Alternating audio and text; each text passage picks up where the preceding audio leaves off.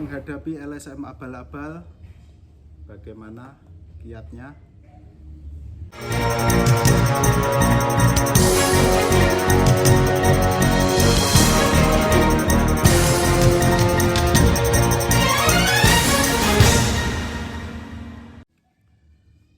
Assalamualaikum warahmatullahi wabarakatuh. Bersama saya Budi BKR Wahana Kedaulatan Rakyat di channel Wong Kutha Miring, Demangan Kota Madiun.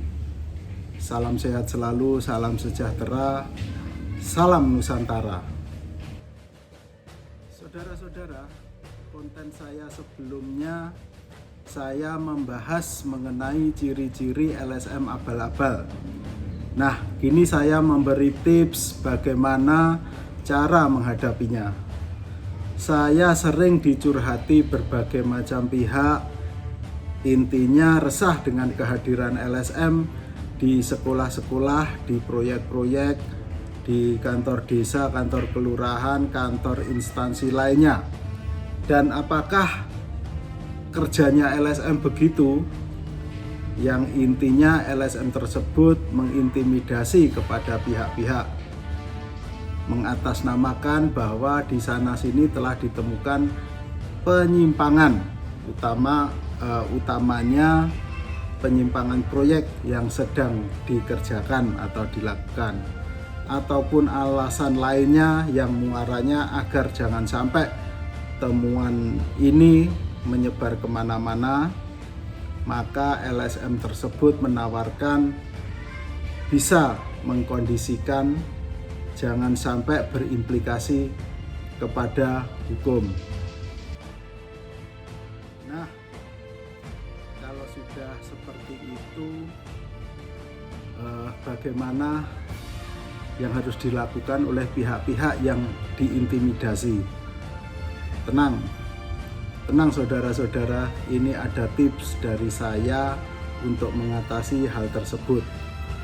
Saudara-saudara, sekarang kita sudah tahu kan mana LSM yang benar, mana yang kurang benar, mana yang LSM benar-benar pada tujuan organisasi maupun tujuan pribadi. Langkah pertama, LSM yang mendatangi ke kantor tersebut diharuskan mengisi buku tamu atau buku direksi. Dan langkah kedua, mintalah KTP atau KTA-nya, KTA organisasi. Lalu langkah yang ketiga, fotolah identitasnya. Siapa tahu buku yang diisi tersebut tidak sesuai dengan apa identitas yang kita peroleh setelah kita foto itu. Buku yang harus diisi meliputi nama, alamat, jabatan, kapan mereka datang, untuk apa keperluannya, dan seterusnya. Usahakan dalam pertemuan tersebut difoto atau direkam suaranya ya. Syukur dalam ruangan tersebut sudah tersedia CCTV. Kalau LSM-nya keberatan dengan cara itu, tahu difoto, tahu ditempatkan di ruangan CCTV, atau tahu direkam, berarti dia tidak beres. Saudara-saudara, hal ini dilakukan guna memastikan bahwa benar terjadi kunjungan atau pertemuan dengan LSM tersebut. Ini berfungsi sebagai dokumen bagi yang instansi yang dikunjungi. Nah, biasanya oknum LSM yang datangi kantor tersebut bicaranya bla bla bla bla bla, inti muaranya adalah minta imbalan atas temuan mereka. Nah, saudara-saudara, ketahuilah bahwa LSM atau organisasi kemasyarakatan atau ormas diatur dalam Undang-Undang Nomor 17 Tahun 2013. Organisasi kemasyarakatan yang didirikan dan dibentuk oleh masyarakat secara sukarela berdasarkan kesamaan aspirasi, kehendak, kebutuhan, kepentingan kegiatan, dan tujuan untuk partisipasi dalam pembangunan demi tercapainya tujuan Negara Kesatuan Republik Indonesia berdasar Pancasila. Itu definisinya, saudara-saudara. Namun rupanya ada juga yang menyalahartikan mendirikan organisasi masyarakat untuk kepentingan pribadi, yaitu mencari keuntungan dengan dijadikan sumber mata pencarian atau penghasilan. Saudara-saudara, sebagaimana di awal tadi saya sampaikan, kalau kita sudah mendapatkan identitas mereka, coba telusuri jejak rekam mereka. Misalnya pada Google. Nah, ini ketik nama LSM tersebut, atau misalnya ya ini ketik LSM WKR. Nah, maka di situ akan muncul berbagai kegiatan yang pernah dilakukan oleh LSM tersebut. Nah, bagaimana kalau tidak ditemukan? Nah, itu sebagai pertanda bahwa LSM tersebut tidak eksis dalam kegiatan yang diliput media. Artinya, mereka tidak pernah melakukan sesuatu yang bisa terekspos oleh media atau diekspos media. Atau bisa juga saudara-saudara menanyakan ke Badan Kesatuan Bangsa atau Bakesbang setempat, karena badan ini yang mengurusi tentang keormasan dan politik. Nah, tanya di sana. Atau bisa juga berdasarkan identitas yang telah dimiliki tadi, coba telusuri keberadaan mereka.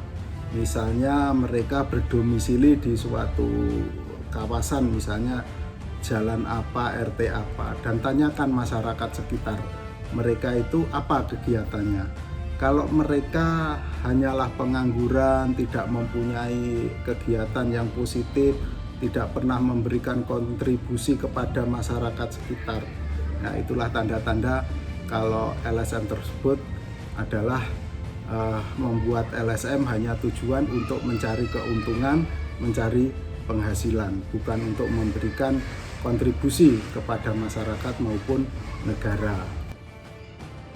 Atau dokumen tersebut bisa dijadikan pegangan oleh sekolah, instansi atau kantor-kantor yang didatangi itu tadi sebagai dokumen yang apabila nanti suatu saat dibutuhkan oleh APH, biasanya LSM yang abal-abal itu kalau dia intervensi intimidasi yang minta uang tadi atau pengganti apalah bahasanya, pokoknya minta sesuatu, kalau tidak dituruti mereka akan lapor ke pihak berwajib.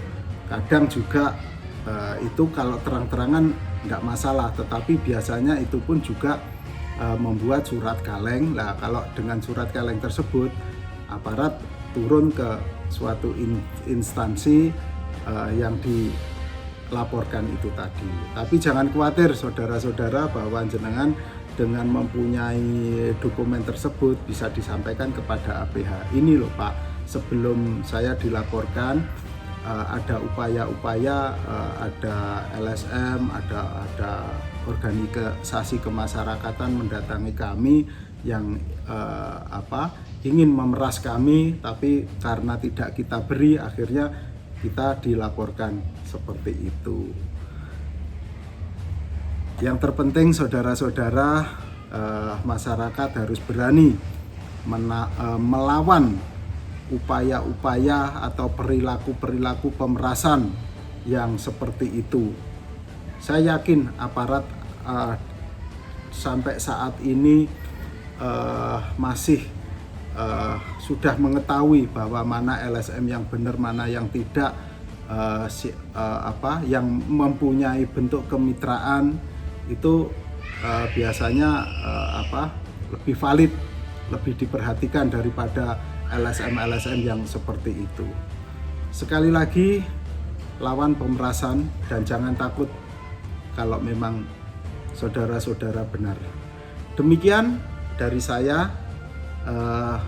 Ada tips lagi untuk itu, tapi akan kita jadikan konten berikutnya, dan ikuti terus konten-konten saya yang merupakan pencerahan terhadap masyarakat untuk kita semua, untuk mengetahui di sekitar kita perbuatan-perbuatan yang banyak merugikan masyarakat.